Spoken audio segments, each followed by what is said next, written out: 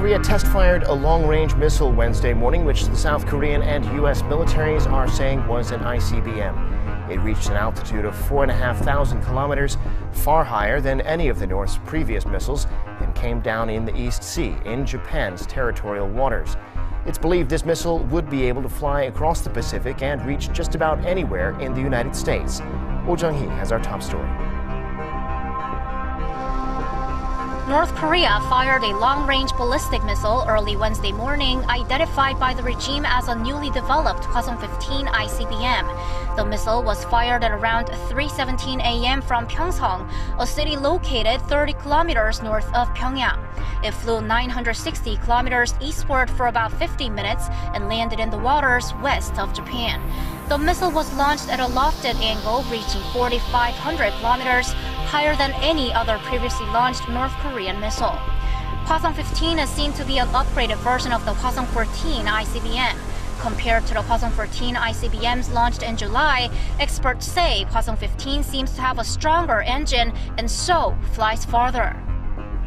The previous Hwasong-14 missiles could fly up to 8,000 or 9,000 kilometers, reaching the western part of the U.S., but Wednesday's missile will be able to fly 11,000 to 12,000 kilometers. That covers the whole United States, including the eastern area. And Pyongyang aimed to make an even greater impact out of this missile launch, launching it at early dawn. Firing a missile at 3 o'clock in the morning is indeed a sudden attack and helps the regime see how quick South Korea and the US are to respond. Also, as it's daytime in the US, the North aimed to send an even more alarming message to the US. But in contrast to how a couple of the regime's missiles flew over Japan in August and September and fell in the waters east of Japan, this time Pyongyang decided to step back. If the North makes its missile land near the US, then the political shock it sends to the world will be too large for it to handle, which may possibly lead to stronger international pressure. The other experts suggested this may be rather because North Korea was not able to make technological progress in other areas like re-entry technology. The North didn't mention re-entry technology in today's announcement, and instead of shooting the missile at a normal trajectory and let it pass over Japan, Pyongyang once again fired its missile at a lofted angle. This implies that it may have not solved other technological issues like missile re-entry.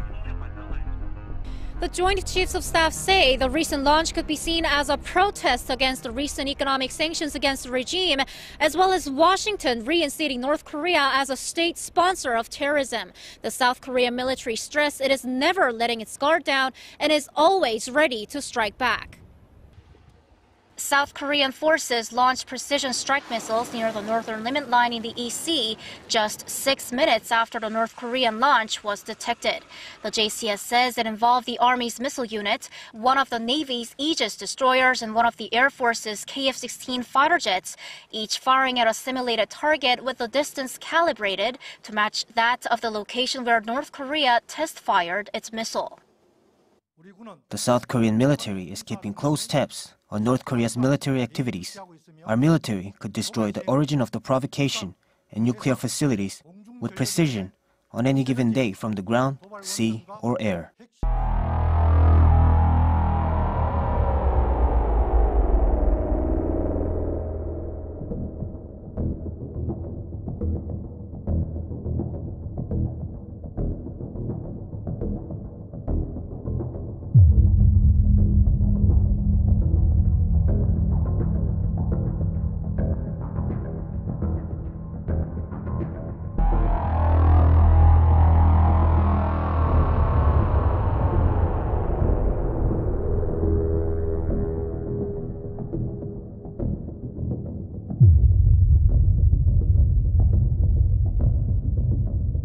Well, Shannon, we're running out of options and we're running out of time. This was a period that people were hoping would end with at least some opening for diplomacy, that there would be some different path that the regime in Pyongyang would be willing to take in response to the pressures that have been applied. The Trump administration has been very aggressive in dealing with this issue and very forthright in that it's going to work with regional countries, some allies, some The relationship's a bit more complicated than that on this issue, but trying to get more pressure on North Korea economically and diplomatically.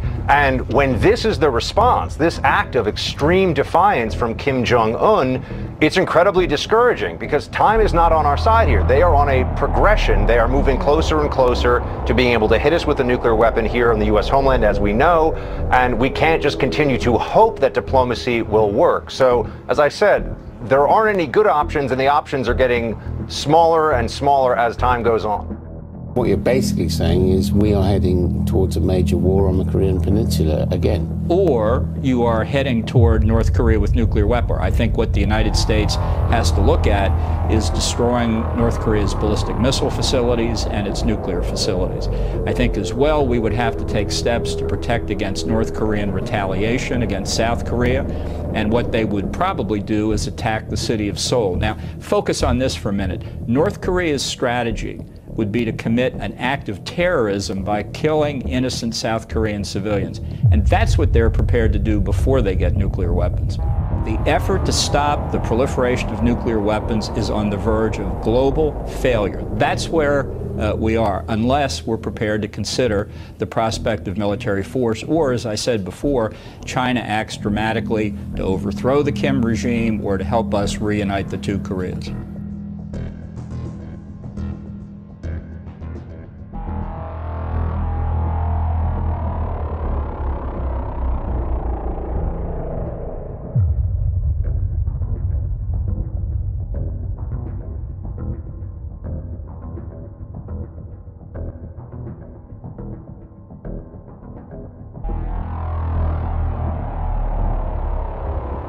South Korea's intelligence agency briefed the National Assembly on the missile launched earlier Wednesday, explaining that the rocket appears to be an upgraded version of the Hwasong-14. And it added that there could be more provocations to come. Kim Min-ji reports. South Korea's intelligence agency says North Korea's latest missile is the most advanced ICBM that it has tested so far. At a parliamentary briefing on Wednesday, the National Intelligence Service was quoted as saying that it was an upgrade from the ICBMs the North has launched previously, flying higher and faster. The NIS said the distance flown was about 960 kilometers, with an apogee of around 4,500 kilometers. Given the high altitude and speed, it appears to be an improvement on the Hwasong-14.